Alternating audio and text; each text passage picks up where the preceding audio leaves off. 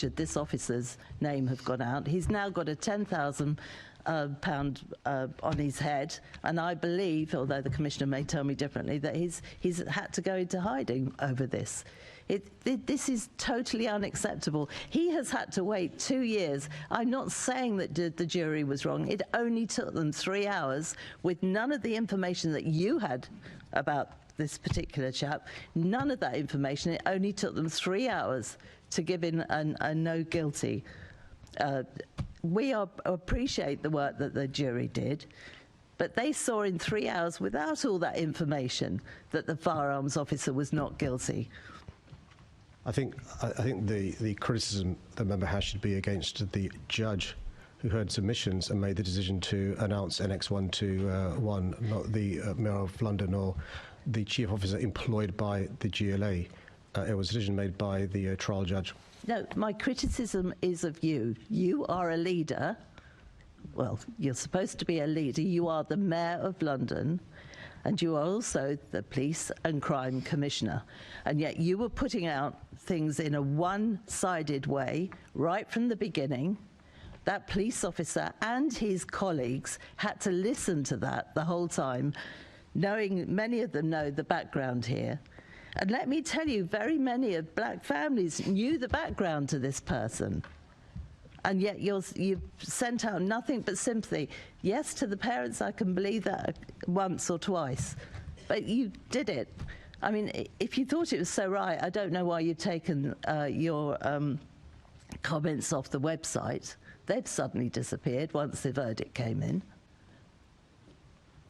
Nothing's been deleted from my social media account at all, and I'm sure at the subsequent inquest that'll be held, the member will again have an opportunity to express her views. My views is that you should take a more balanced approach from the beginning.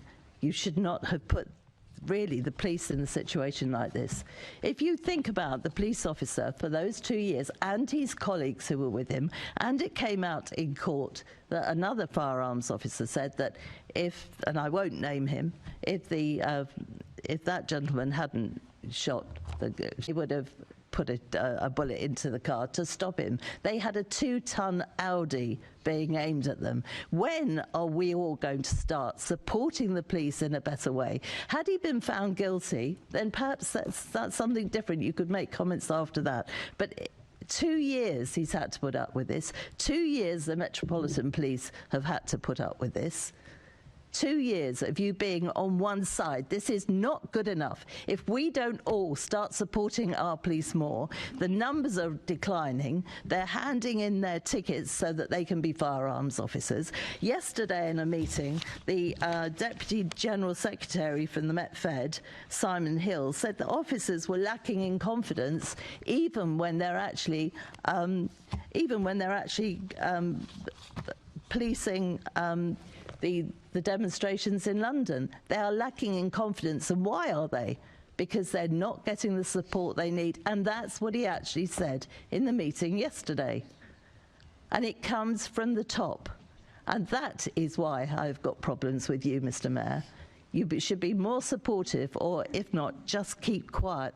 Would you like to apologise to the police officer that has been found not guilty? And would you like to apologise for the whole attitude around this right from the beginning? Well, can I put on record my thanks to all our officers, particularly our firearms officers, who do an incredibly difficult job under extraordinary circumstances, under a unique set of pressures. They'd be the first to accept, as indeed all police officers do, that it's really important in a democracy we have a proper system of checks and balances in relation to how the police are held to account. There is an issue in relation to the system of accountability for firearms officers, and that's one of the reasons why I fully support the review being done by this Home Secretary. On me first becoming the Mayor, a previous Commissioner took me on my first visit to meet firearms officers and articulated the concerns they had because of a lack of support from the government in relation to challenges around firearms officers. I'm pleased five Home Secretaries later, this one is sorting that out. Yes, waffle, waffle, waffle. I asked you a very simple question. Would you like to apologise to the police officer that has now been found not guilty by the jury? Yes or no? I think it's really important to support our firearms officers, but it's really important to make sure there is a system of accountability. You're sounding like a parrot, Mr. Mayor. Just answer the question. Well, I'm sorry, it's only taken 12 minutes for them ever to resort to abuse. I'm quite clear in relation to the importance of the police having my support, but also me challenging them, and I'll continue to support the police. And that's one of the reasons why I welcome this Home Secretary finally reviewing accountability to make sure they get the support they need that's proportionate. Right. Well, I'd just like to say, Commissioner, that many of us, and I've been written to by many people, we actually feel for your officer. I am very sorry. In my view, he's been let down, and his family, very badly by our Police and Crime Commissioner. I won't ask you to comment unless you particularly want to, but I feel very strongly about this. I wouldn't mind commenting on the case briefly. It's sort of not on your recent exchange with the Mayor, but just on the case in general. There's always going to be, in these moments during an investigation, a lack of public information, and we're always going to see a range of conjecture and some of it nonsense on social media, and that's unavoidable. But I think what's helpful is, wherever possible, to recognise that cases like this, for me, this case particularly prompts three sort of issues for debate. Firstly, of course, there is sympathy for a family, regardless of the circumstances, and recognising that, particularly in that context of rumour, these incidents can fall heavy on communities. But secondly,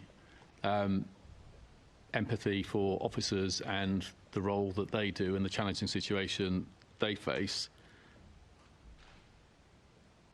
Sort of having regular coffees with Martin Blake over recent months, I've been astounded by his personal resilience and dignity with what the world has thrown at him and his family, which has turned their life upside down, when he was confronting a dangerous criminal on behalf of us all.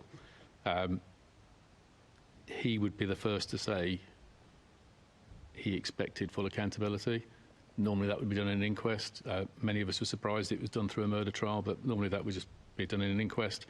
But regardless of that, he expects that accountability. But the third point I think it prompts is, I think making this about race is a sort of dangerous and helpful conversation.